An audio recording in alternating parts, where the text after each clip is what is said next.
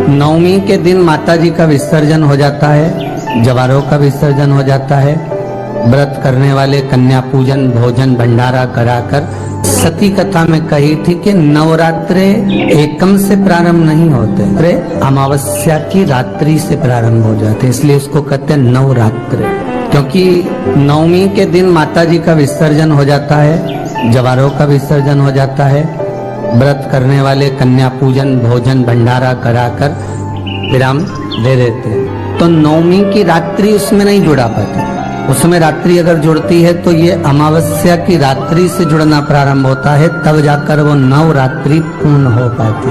अष्टमी के दिन कन्याओं का भोजन कराओ या नवमी के दिन कन्याओं का भोजन कराओ, पर देवी भागवत तो कहती है, देवी भागवत तो वर्णन करती है कि पहले नवरात्रे से लेकर नौमी तिथि तक जितने दिन देवी के होते हैं, प्रत्येक दिन में आप किसी भी दिन कन्याओं का भोजन करा सकते हो, पहली रात्रि से लेकर, पहला दिन से लेकर। पर 90 दिन तो सवेरे पूजन करके यज्ञ करके अनुष्ठान करके देवी को विसर्जन कर दिया, फिर नवरात्रि पूर्ण कैसे हुई? नवरात्रि की पूर्णता होती है अमावस्या की रात से गिनी जाती है। कौन से दिन से गिनते हैं? अमावस्या की रात्रि, फिर एकम की रात्रि, फिर दूज की रात्रि, ऐसे गिनते गिनते अष्टमी की रात्रि तक और नौमी के दिन सुबह तक या दोपहर तक या शाम तक, जब तक आप यज्ञ ना करें तब तक ये 9 रात्रियां पूर्ण गिनी जाती है महाराज देवी भागवत के हिसाब से पूर्णता। अब हमने कन्या भोजन का जो क्रम बनाया, अष्टमी के दिन करा देंगे, नौमी के दिन करा देंगे, इस तिथि को करा देंगे, पर भाव देखिए, शास्त्र कहता है भूखे को भोजन जब कराइए जब उसको भूख लगी हो, और ऐसों को कराइए जिसको जरूरत पड़ रही है। अभी नवरात्रि चल रहा है, दुर्गा सप्तशती का पाठ आप लोग कर रहे होंगे। कौन कौन कर रहा है? जरा हाथ उठाओ। आप लोग कर रहे हैं, बहुत अच्छी बात है। अगर आप नहीं कर रहे होगे तो ब्राह्मण दुर्गा सप्तशती का पाठ कर रहे होंगे। उस दुर्गा सप्तशती के पाठ में एक एक जगह पर एक एक स्थान पर देवी का स्थान बताया है। आप लोग अगर सुने होंगे, पढ़े होंगे, तो उसमें बताया गया है, हे मैया मेरे इस अंग की रक्षा करो, हे भवानी मेरे इस अंग की रक्षा करो, हे माँ मेरे इस अंग की रक्षा करो, हे भवानी मेरे इस अंग की रक्षा करिए, हे माँ आप मेरे नैनों की रक्षा करिए, हे माँ आप मेरी श्रवण शक्ति की रक्षा करिए, हे माँ आप मेरी जिह्वा की रक्षा करिए, हे माँ आप मेरी जंघा की रक्षा करिए। आया कि नहीं आया? जब दुर्गा सप्तशती में एक एक स्थान का महत्व आया है कि इस जगह पर ये देवी का स्मरण करेंगे तो माँ मेरी कल्याण करेगी, माता मेरा उद्धार करेगी, बस उसी भाव में, उसी स्थान को। शंकर के शिवलिंग में भगवान शिव का संपूर्ण विग्रह, संपूर्ण। और जब शंकर का संपूर्ण विग्रह है तो हम बाबा से अनुमोदन क्यों ना करें? अभी दुर्गापुर के पहले फुसरो में कथा थी, फुसरो झारखंड में। तो एक बात हमने कही थी फुसरो की कथा में कि जिस व्यक्ति को शरीर में बहुत कष्ट रहता हो, बहुत ज्यादा कष्ट अगर शरीर में रह रहा हो, तो मक्खन, थोड़ा सा गाय के दूध का माखन निकालकर शंकर के शिवलिंग पर जो व्यक्ति बीमार रहता है उस व्यक्ति का स्पर्श कर। अभी तो खैर कोरोना महामारी चल रही है तो मंदिर भी सारे बंद हैं, पर प्रयास करा करो उस मक्खन का लेपन। जब ये कोरोना महामारी समाप्त हो जाए तब माखन का लेपन शंकर के शिवलिंग पर करना प्रारंभ करो, श्री बिजलेश्वर महादेव का नाम लेकर। कौन से महादेव का नाम लेना है? श्री बिजलेश्वर महादेव।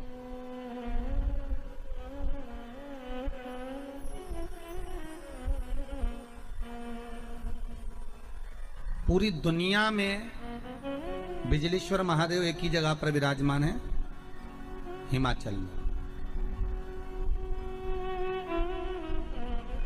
मनाली के पास।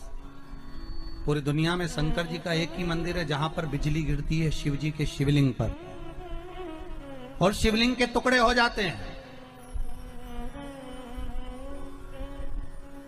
फिर उस मनाली में एक परिवार ऐसा है जिसके पांव नहीं है, वो बिना पांव का व्यक्ति पूरे मनाली में से मक्खन मांगता है दान में कि बाबा के शिवलिंग के टुकड़े हो गए।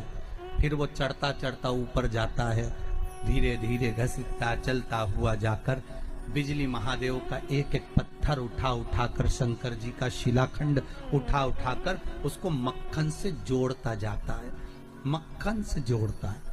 उसके बाद में फिर हाथी के पांव से भी तुड़वाओ, सूंड से भी तुड़वाओ तो वो शिवलिंग नहीं टूटता, मात्र मक्खन से ऐसा चिपक जाता है। वो बिजली महादेव है। शंकर की आराधना में ढोंग नहीं चाहिए, शंकर की आराधना में प्रपंच नहीं चाहिए। शंकर की हो गई गलती, कई बार शंकर की आराधना में गलती हो जाती है तो क्या शंकर रुष्ट होंगे? नहीं। शंकर अगर देख लेंगे कि 50 दिन अच्छा काम करा है इसने, एक दिन गलती भी कर दी तो बाबा स्वीकार कर लेगा। पर बाबा से बस मन आपका पवित्र होना चाहिए, इच्छा आपकी पवित्र होना चाहिए, आपके भीतर अहंकार, काम, लोभ, विषय, वासना, आसक्ति, तृष्णा, अहंकार नहीं होना चाहिए। भगवान उसको स्वीकार कर लेगा।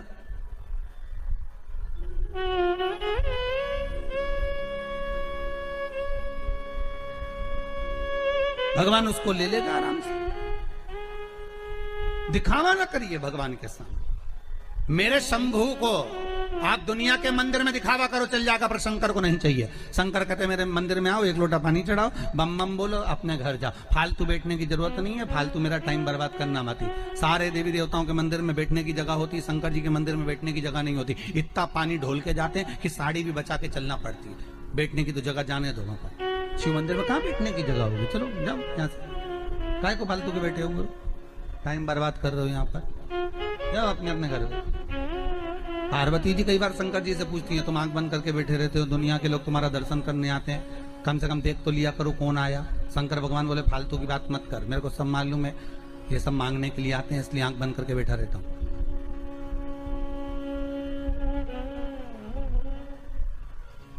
पार्वती जी बोली ऐसा कोई होता है क्या? शंकर भगवान बोले तेरी पड़ोसन क्या करके देख ले, रोज पड़ोसन क्या जाना, जीजी की जरा एक कटोरी घी दे दे, जीजी जरा तेरी चप्पल दे दे, जीजी तेरा जरा सा मोबाइल दे दे, जीजी तेरा थोड़ा सामान दे दे। रोज रोज मांगने जाओगे तो पड़ोसन भी दरवाजा बंद कर लेगी, तो मैं तो आंख ही बंद कर रहा हूं। तो आंख कब खोलोगे? शंकर भगवान बोले जो मेरे लिए आएगा तो आंख खोल लेता हूँ। मैं जानता हूँ मेरे भगत को कि ये मेरे लिए आता, मांगता कुछ भी नहीं है, बस आता ही है, दूध चढ़ाएगा, जल चढ़ाएगा, बेलपत्री चढ़ाएगा। और ऐसा बावरा कभी कभी बेलपत्री भी नहीं लाता, तो झाड़ू पोछा लगाकर हाथ धोने के बाद जो पत्ती पत्ती मिल जाती है उसी को धो के चढ़ा के चले जाता है। ये भगत है मेरा, ये भक्त है, इसको दिखावे से मतलब नहीं है। और एक रोज मंदिर जाए ने 25 बार तो साड़ी का पटली जमा, पटली जमा के फिर पिन मिन लगा के फिर पल्लू मल्लू लई के और एक बास्केट उतार ले, उसमें लोटा भर पानी मानी सब धर के और इतनी बड़ी बिंदी लगा के ऐसी नोटंकी करके कि इसके बराबर कोई मंदिर नहीं जाए साहब, ये तो बड़ी धर्मात्मा, इसके बराबर कोई धर्मात्मा नहीं। बाप रे, रोज आए, रोज मंदिर और ऐसी पूजन करे साहब, 2 घंटा तक तो माला लईने बैठी रहे। और इतने में कहीं की आवाज कर दे तो चिल्लाती भी है, उधर जाओ, उधर जाओ।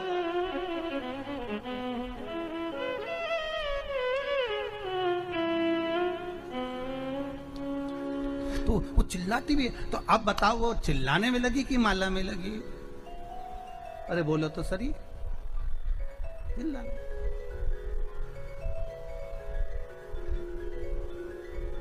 अब ऐसे ही तुम हवन में बैठो, मालूम पड़े तुम सचंडी का हवन कर रहे हो, यज्ञ कर रहे हो, और मालूम पड़े पंडित ओम ब्रह्मचारिणे स्वाहा स्वाहा। अब देवी जी सोच रही है हवन आहुति यहाँ दे रही, देख वहां रही है, और तुम कह रही स्वाहा, मैया बोल रही आहा। तो क्या है स्वाहा? पति भी हवन में बैठा तो बोले पत्नी से पूछ लिया चाय पी ली तुमने?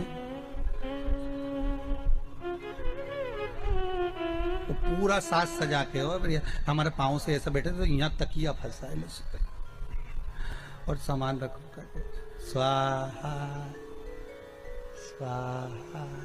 माता रानी भी सोचे जी मेरा हवन कर रही, मुझे ही देख ले। सुख वस्तु में नहीं मारा। फिर वही बात आ गई, भगवान को नहीं पसंद छल, भगवान को दिखावा नहीं पसंद।